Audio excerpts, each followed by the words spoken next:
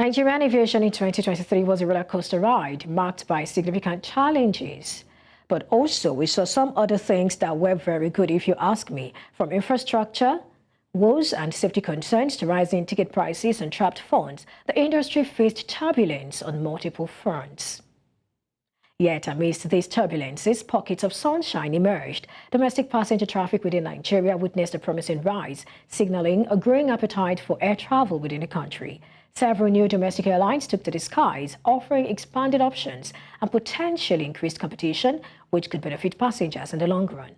These pockets of progress hint at the potential for a brighter 2024. And joining me for more on this is Alex Nwuba, the President, Aircraft Owners and Pilots Association of Nigeria. Thank you so much for joining me today. If you can hear me. Good morning and Happy New Year.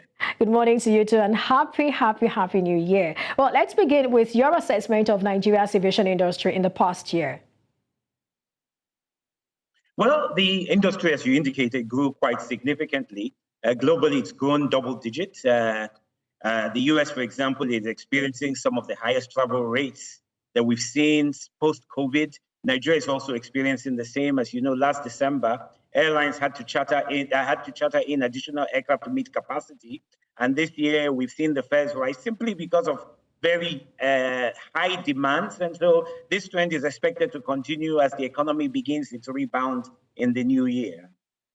All right, let's look at the regulatory framework, which was also under scrutiny during the period we're talking about now, with accusations of inefficiency and ineffectiveness. And then we know that regulatory frameworks are, designed to protect the interest of consumers, maintain market integrity, ensure fair competition, and address potential risks or harms associated with, deregulated activities. So talk to me about this. Did we see this play out this year in the sector?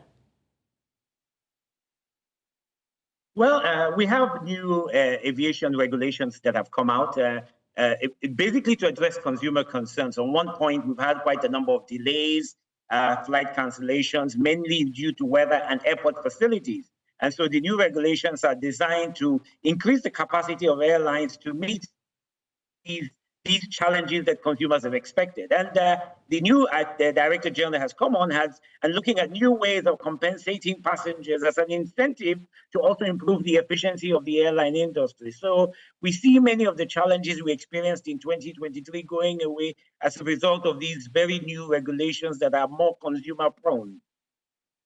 That's quite interesting, I must say. But let's look at this now, looking at some of the issues, really. Some aviation experts are saying that players in the industry cannot solely be blamed for whatever setback was witnessed in the industry. And they are saying that more actually had to do with the unfavorable government policies, which forced the hands of the airlines to do all they could, really, to stay afloat. Now, would you also blame the government for supposedly undermining the sector's activities and growth during the year under review?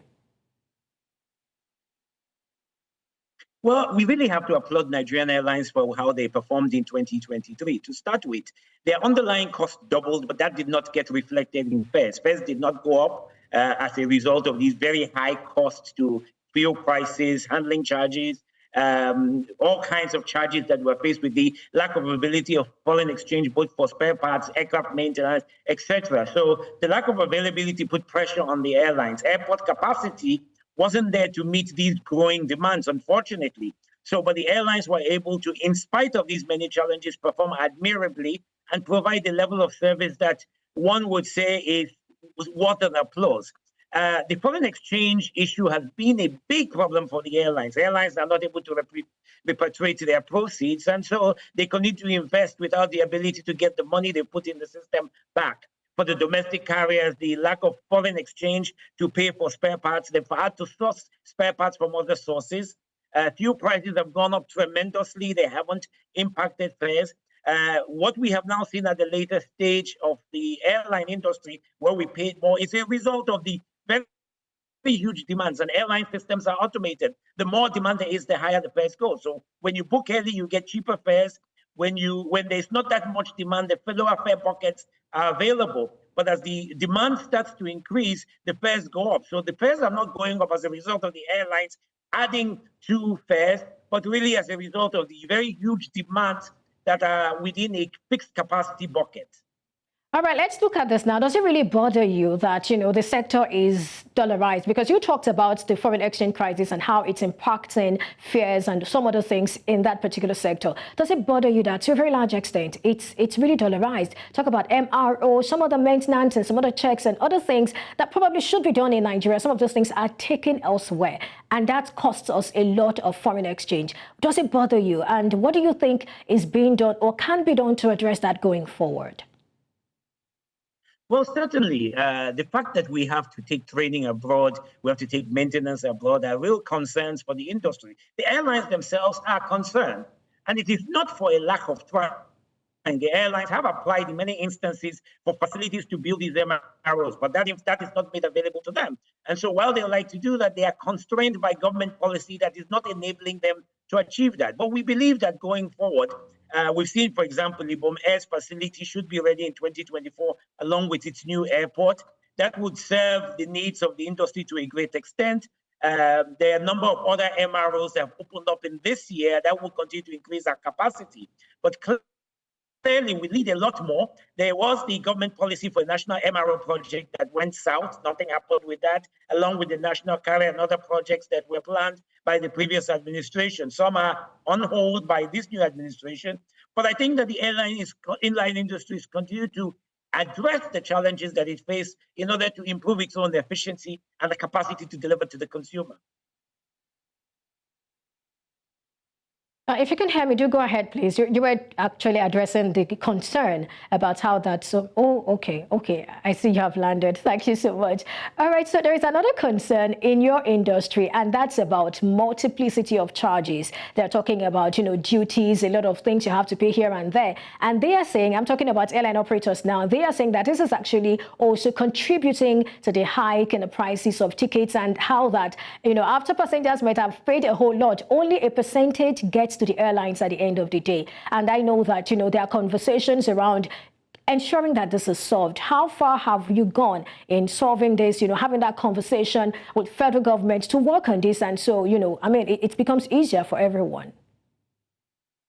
Well, any consumer looking at his airline ticket will see that over 40% of the fare goes to charges. And this is because of extraneous charges brought upon the industry by a number of service providers.